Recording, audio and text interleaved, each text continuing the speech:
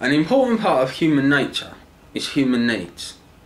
Now, customs and values, traditions, they can differ from person to person, country to country, or group to group, but needs are a value shared by everyone, everywhere. Now, Abraham Maslow believed that needs were arranged in a hierarchical order. He based his theory on healthy, creative people that used all their capabilities and potential. At the time, this methodology differed from most other psychological research, as in that most other research was done on disturbed people. There are two major groups of human needs. These are the basic needs and the meta needs. Now, these are physiological, such as food, water, sleep, and psychological, such as affection and self-esteem. Now, these are also called deficiency needs, because if they're not met by the individual, then that individual will strive to make up those needs. The higher needs are called meta needs, being needs, growth needs. These include justice, beauty, order, unity, etc. But the basic needs tend to take priority over the higher needs. For example, someone lacking food will not seek out a beauty or a justice need. However, there are alternatives to this. We have protesters that will go for days without food in order to prove a point. Start with the bottom level, being physiological needs. Things such as breathing, food, water, sex, sleep, homeostasis and excretion. We all share these needs. Now, as we move up to the next level, we have safety, and these are things such as security of body, of employment, of resources, of morality, of the family, of health, or of property. We move up to the next level, love and belonging. This is friendship, family, and sexual intimacy. We then move up to the next level, esteem, which is self-esteem, confidence, achievement, respect of others, and respect by others. The top level is self-actualization, morality, creativity, spontaneity, problem solving, lack of prejudice, and acceptance of facts. The basic needs 1 to 4 are normally met before the higher needs or the meta needs can be met. Now, the meta needs, which are levels 5 to 8, can be pursued in any order as long as the lower or the basic needs have been achieved.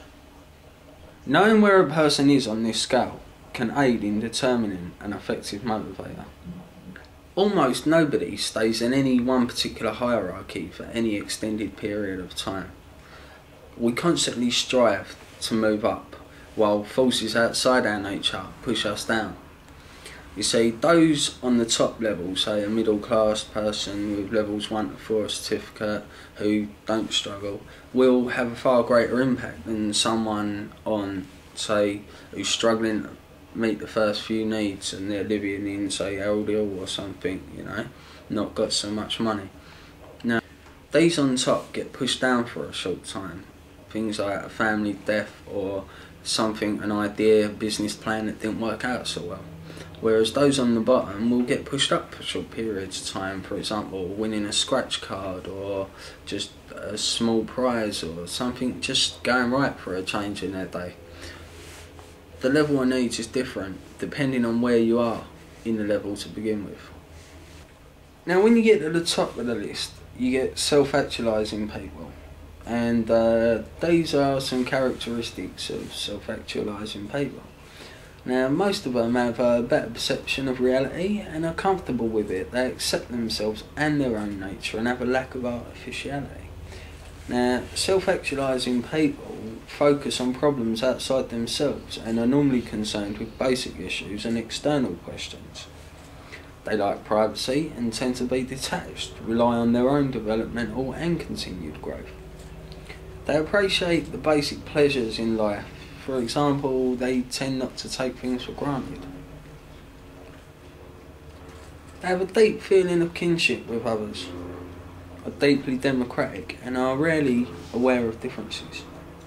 Now, they have strong moral and ethical standards, and they're original, inventive, less constricted, and fresher than others.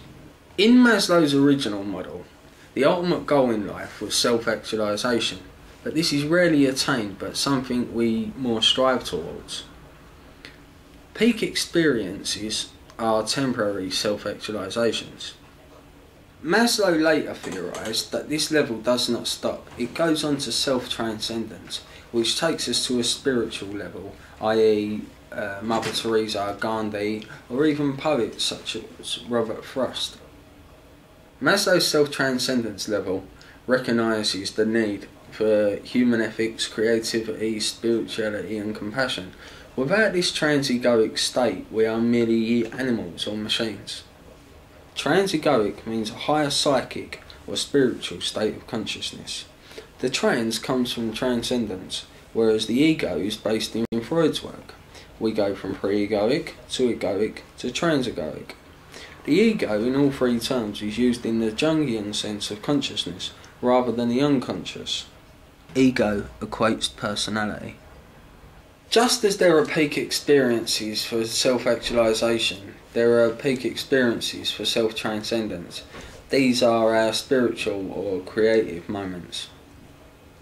While the research on Maslow's theory has undergone limited empirical scrutiny, it still remains quite popular due to its simplicity and being the start of a move away from a behaviourist, reductionist, mechanistic approach to a more humanistic one. Lots of concerns are directed at his methodology. However, he realised this and saw his hierarchy as merely pointing the way and not the final word or the final say.